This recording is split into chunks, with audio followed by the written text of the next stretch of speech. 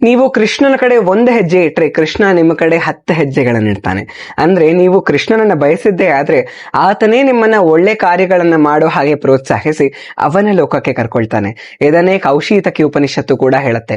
5ನೇ ಅಧ್ಯಾಯದ 15ನೇ ಶ್ಲೋಕದಲ್ಲಿ ಶ್ರೀಕೃಷ್ಣ ಏನಂತ ಹೇಳ್ತಿದ್ದಾರೆ ಅಂದ್ರೆ, ಭಗವಂತ ಯಾರ ಪಾಪಗಳನ್ನಾಗಲಿ ಅಥವಾ ಪುಣ್ಯಗಳನ್ನಾಗಲಿ ಸ್ವೀಕರಿಸೋದಿಲ್ಲ. ಈ ದೇಹದಲ್ಲಿ ವಾಸ ಮಾಡುವಂತಹ ಜೀವಿಯ ಜ್ಞಾನವನ್ನ ಅಜ್ಞಾನ ತೊಡೆದು ಹಾಕಿ ಅವನನ್ನ ದಿಗ್ಭ್ರಮೆಗೊಳಗಾಗ್ಸತ್ತೆ ಅಂತ ಹೇಳ್ತಿದ್ದಾರೆ. ವಿಭು ಅಂದ್ರೆ ಭಗವಂತ, ಅಣು ಅಂದ್ರೆ ಜೀವಿ, ಅಂದ್ರೆ ನಾವೆಲ್ಲರೂ. ಭಗವಂತನಲ್ಲಿ ಷಡ್ಗುಣಗಳು ಪ್ರತಿಯೊಂದು ಕೂಡ ಅನ್ಲಿಮಿಟೆಡ್ ಕ್ವಾಂಟಿಟಿಯಲ್ಲಿರುತ್ತೆ. ಮನುಷ್ಯನಲ್ಲಿ ಎಲ್ಲವೂ ಲಿಮಿಟೆಡ್ ಕ್ವಾಂಟಿಟಿಯಲ್ಲಿರುತ್ತೆ. ಹಾಗಾಗಿ ಜೀವಿ ಒಂದು ಸನ್ನಿವೇಶವನ್ನ ಬಯಸಿದ್ರೆ ಅದನ್ನ ಈಡೇರಿಸೋದು ಭಗವಂತ, ಸರ್ವಶಕ್ತನಾಗಿರೋನು. ಹಾಗಾಗಿ ಅವನು ಅವಕಾಶವನ್ನೂ ಕೊಡ್ತಾನೆ. ಆದ್ರೆ ಆ ಸನ್ನಿವೇಶದಿಂದ ಏನೆಲ್ಲ ಆಕ್ಷನ್ಸ್ ಮತ್ತೆ ರಿಯಾಕ್ಷನ್ಸ್ ಕ್ರಿಯೇಟ್ ಆಗುತ್ತೋ ಅದಕ್ಕೆ ಭಗವಂತ ಹೊಣೆಯಲ್ಲ. ನಿಮ್ಮನ್ನ ಭಗವಂತನ ಲೋಕಕ್ಕೆ ಹೋಗೋಂಗೆ ತಡೆಯುವಂತಹ ಬದ್ಧತೆಗಳಲ್ಲಿ ಆಸೆಯದ್ದು ಕೂಡ ಒಂದು ಸೂಕ್ಷ್ಮ ರೂಪವಾಗಿರುತ್ತೆ.